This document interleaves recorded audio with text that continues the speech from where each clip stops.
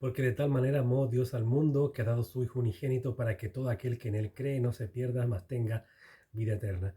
Este es el versículo que casi el 100% de cristianos nos conocemos de memoria y es el que mayormente citamos cuando hay que hacer algún evangelismo más personalizado.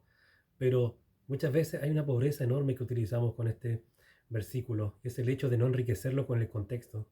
No solamente me refiero al tema de que se lo dijo el Señor Jesucristo a Nicodemo cuando él acudió de noche a hablar con él, sino que cuando decimos el 3:16, nunca lo acompañamos de otros versículos. Y por ejemplo tenemos el versículo 18 que es tan potente cuando dice, el que en él cree no es condenado, pero el que no cree ya ha sido condenado porque no ha creído en el nombre del unigénito Hijo de Dios.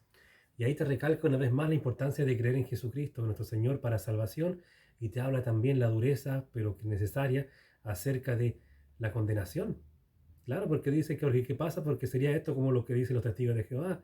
Ya creen en su Jehová, etcétera, y listo. Y los que no creen, aniquilados. El alma solamente no hay dolor en la eternidad. Pero sin embargo aquí vemos el versículo 18 que habla que ya ha sido condenado y hay una condenación porque no ha creído en el nombre del unigénito Hijo de Dios.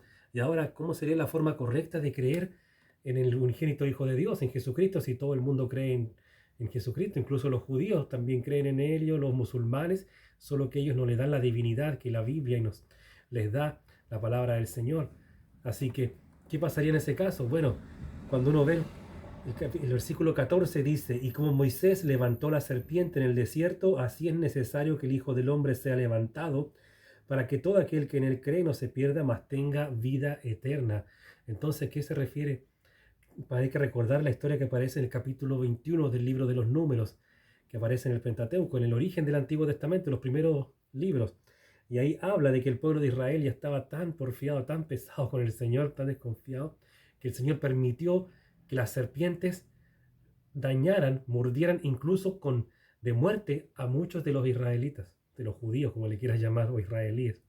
Usted me entiende. El pueblo que había salido de Egipto e iba en el éxodo rumbo a la tierra prometida.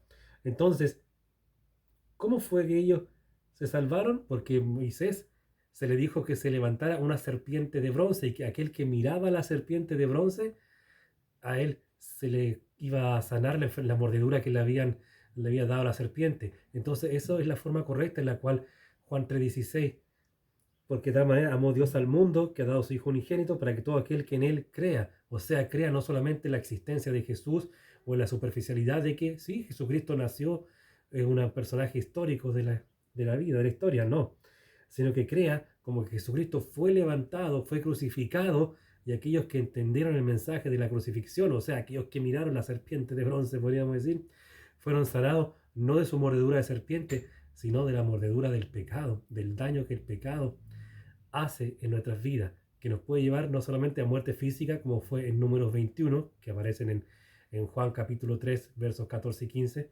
sino que también nos va a llevar a una muerte eterna. Porque como dice Hebreos capítulo 9, después de esta vida, directo al juicio, después de la muerte. No hay purgatorio, no, muerte, juicio, muerte, juicio, no, muerte, purgatorio, a ver si te vas al juicio por salvación o al juicio por condenación. La palabra es claro, queridos hermanos. Por lo tanto, espero te haya servido este pequeño análisis y como siempre digo, te motivo a que los versículos fuertes como Efesios 2, 8, 9, Filipenses 4, 13, Salmo 37, 4, siempre los veas en el contexto para enriquecerlos mucho más. En resumen, Juan 3, 16, la forma correcta de creer que el Señor ha enviado a, a Cristo para salvarnos es creyendo en Él, en su obra redentora en la cruz, donde Él fue levantado y donde ahí lo miramos al blanco perfecto, Hebreos 12:2, para salvación, creyendo en esa obra que hizo Él. Después fue enterrado, resucitó, pero en la cruz Él pagó por todos nuestros pecados.